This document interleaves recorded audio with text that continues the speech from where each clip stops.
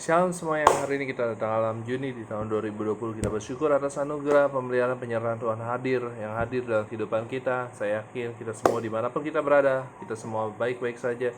Dan hari ini kita akan berbicara tentang hidup dalam pemeliharaan Tuhan. Temanya malam hari ini adalah hidup dalam pemeliharaan Tuhan. Kita baca di Filipi 4 ayat 19. Karena bahwa Allahku akan memelihara segala keperluanmu menurut kekayaan dan kemuliaannya dalam Kristus Yesus. Jadinya artinya apa dalam kehidupan kita? Bahkan pelihara segala keperluan apapun yang kita butuhkan, bahkan jaga, lindungi kita dalam kemuliaan Allah kayak gitu. Kita baca lagi di hidup dalam pemeliharaan Tuhan tuh apa aja sih maksudnya?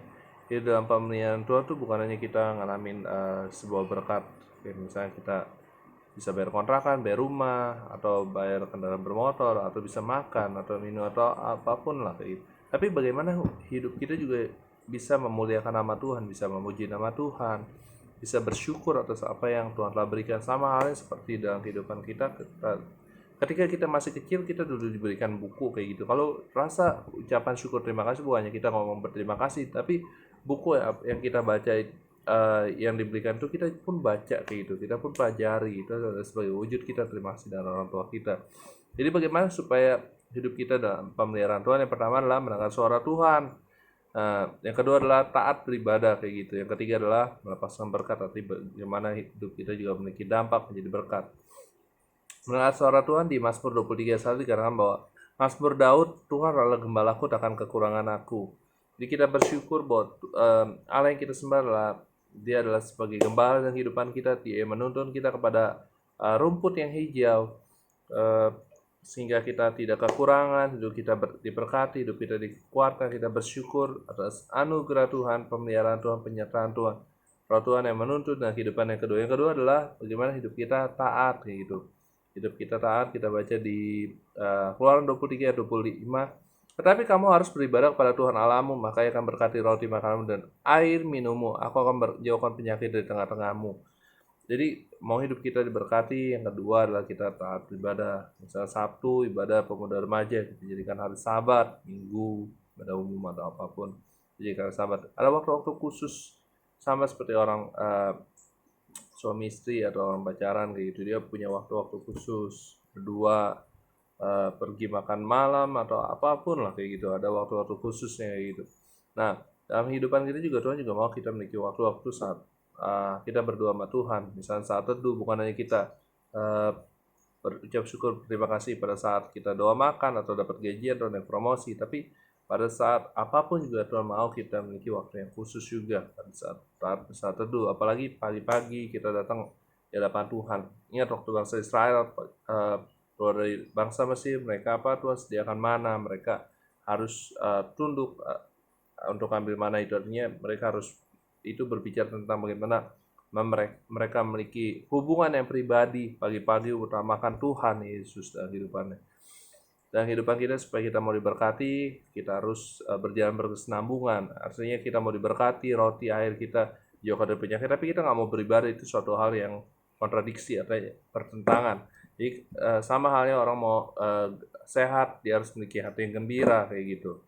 Jadi kalau mau sehat juga harus jaga kesehatan, pola makan kayak gitu, bukan yang makan yang berminyak-minyak terus atau apapun lah kayak gitu. Jadi jaga suatu hal yang menjadi yang tepat kayak gitu, yang benar kayak gitu. Nah, kita baca di ini juga terjadi dalam kehidupan Simon Petrus kayak gitu. Pada saat Simon Petrus adalah, kita udah tahu, hampir sebagian kita tahu bahwa dia adalah seorang nelayan kayak gitu, orang ahli di bidangnya. Tapi pada saat itu ada hal yang sangat membuat mungkin Simon Petrus sempat berputus asa kayak gitu. Dia udah coba cari ikan sudah seharian, tapi nggak dapet apa-apa kayak gitu. Ingat, seberapa banyak kayak angka 0 tanpa angka 1, tanpa Tuhan Yesus, hidup kita akan tetap 0. Kita baca aja langsung di Lukas 5 ayat 4. Lukas 5 ayat 4. Setelah selesai berbicara, berkata pada Simon, bertolaklah ke tempat yang dalam dan tebalkan jalamu untuk menangkap ikan. Simon menjawab, Guru, telah sepanjang malam kami bekerja keras dan kami tidak menangkap apa-apa, tetapi karena engkau menyuruhnya aku juga Aku akan menabarkan jala juga. Di ayat 6, dan setelah mereka melakukannya, mereka menangkap sejumlah besar ikan sehingga jala mereka mulai koyak. Lalu mereka beri isyarat pada teman-temannya di perahu yang lain supaya mereka datang membantunya, dan mereka itu datang, lalu mereka bersama-sama mengisi kedua perahu itu dan ikan hingga hampir tenggelam. Jadi kalau kita perhatikan di ayat ini bahwa dikatakan bahwa sepanjang malam kami bekerja keras gitu. Kadang-kadang dalam kehidupan kita bukan hanya kita bekerja keras, bekerja cerdas, tapi kita harus utamakan Tuhan yang utama dahulu gitu. Tapi nggak dapat sejumlah besar ikan kayak gitu. Tapi dikarenakan bahwa apa? Di ayat 4, setelah selesai berjaya berkata pada Simon, nah, bertolaklah dan bertolaklah ke tempat yang dalam. Ini artinya berbicara tentang apa? Kita harus memiliki sebuah hubungan yang intim dengan Tuhan, hubungan yang dalam, melalui saat teduh, yang saya bilang, melalui baca firman. Baca firman itu harus berurutan, berkesinambungan. Mungkin ada beberapa bacaan yang kita khusus atau dalam perlepat, tapi ada beberapa yang juga harus berurutan. Misalkan kejadian 1 ayat 1, kejadian 2, Matius dulu, atau Amsal, atau apapun lah. Nanti Tuhan akan kasih pengarahan dalam kehidupan kita. Supaya apa? Supaya iman kita juga bertumbuh dalam kehidupan kita. Dan dikatakan bahwa tebakan jamu untuk menangkap ikan kayak gitu. Nah di ayat 6, dan setelah mereka hidup taat, ada yang berkat Tuhan yang menanti mereka. Dan setelah mereka melakukannya, mereka menangkap sejumlah besar ikan sehingga jalan mereka mulai koyak kayak gitu. Artinya mereka mendapat berkat yang luar biasa. Lalu mereka memberi isyarat pada teman-temannya di perahu lain supaya mereka datang bantunya, dan mereka itu datang, lalu mereka bersama-sama mengisi kedua perahu itu dengan ikan hingga hampir tenggelam. Artinya apa? Ketika Simon Petrus diberkati Tuhan, dia juga mau berbagi ke temannya, berbagi ke perahu yang satu lagi. Hari-hari ini supaya hidup kita mau mengalami perkembangan Tuhan, mau mengalami motivasi, mau mengalami promosi, peningkatan, kita juga harus berdampak. Kita harus juga memiliki network kayak gitu, memiliki tim kayak gitu. Karena ketika kita lemah, ada orang-orang sekitar kita juga menguatkan. Satu buah lidi akan mudah dipatahkan, tapi sekam lidi tidak mudah dipatahkan. Kita akan jadi pribadi-pribadi yang kuat kayak gitu. Jadi minta hikmat Tuhan, Tuhan akan berikan kemampuan dalam kehidupan kita. Buat kita yang bekerja, kita harus bekerja juga dengan lebih cepat, melambat kayak gitu. Jadi kita bekerja bukan karena dibayar, tapi kita harus lakukan yang terbaik karena Tuhan terlebih dahulu melakukan yang terbaik dalam kehidupan kita. Jadi kita baca dulu di ini Kejadian 1 ayat 28 sampai 29. Kejadian 1 ayat 20.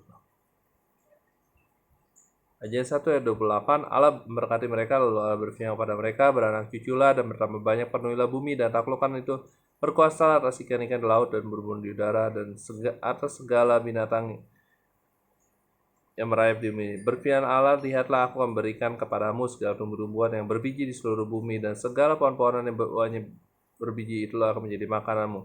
Di dalam kehidupan kita, kalau kita mau Tuhan, dalam kehidupan kita Tuhan mau kita berkembang, bertambah. Yang penting adalah bukan bagaimana kita yang penting adalah bukan soal menabur dan menanam, tapi siapa yang menumbuhkan itu jauh lebih penting. Ingat, datang kepada sumber berkat itu, dan Yesus akan membuat kita bertumbuh, berkembang dalam kehidupan kita. Lihat, di ayat 29, aku akan memberikan kepadamu segala tumbuh-tumbuhan yang berbiji. Ini bukan hanya soal biji, tapi bagaimana Tuhan memberikan visi dalam kehidupan kita. Dari sebuah biji akan menjadi apa? Kebun, ya, buah-buahan yang besar. Dan yang kedua, kita perhatikan, dan segala pohon-pohonan yang buahnya berbiji itu akan menjadi makananmu, dan dari pohon-pohonan itu akan menjadi sebuah furniture. Tuhan akan memberikan sebuah visi ke setiap kita. Tuhan memberikan sebuah inovatif, ide yang baru, kreatif, cemerlang, brilian Tuhan akan berikan dalam kehidupan kita. Jadi berharap besar pada Tuhan, biar roh kita terus menyanya, kita harus percaya, memiliki iman. Walaupun kita tidak melihat, kita tetap percaya. Ingat, seperti Petrus waktu itu dia berjalan di atas air, tapi karena dia tidak percaya, dia akhirnya tenggelam kayak gitu. Kita harus hidup percaya, memiliki iman bahwa Tuhan Yesus menyertai, memberkati kehidupan kita, dan menolong kehidupan kita. Yang ketiga adalah kita Lukas 6 ayat 38 ayat terakhir. Berilah dan kamu akan diberi suatu takaran yang baik, ini padahal yang goncang dan yang tumpah keluar dan kejurukan ke dalam ribamu, sebab ukuran yang kamu pakai untuk mengukur akan dikurangkan kepadamu. Jadi kita harus menabur juga menjadi berdampak, menjadi berkat. Terus setelah menabur, karena ada saatnya menuai juga, kita akan menabur dan kita akan menuai berkat Tuhan di kehidupan kita.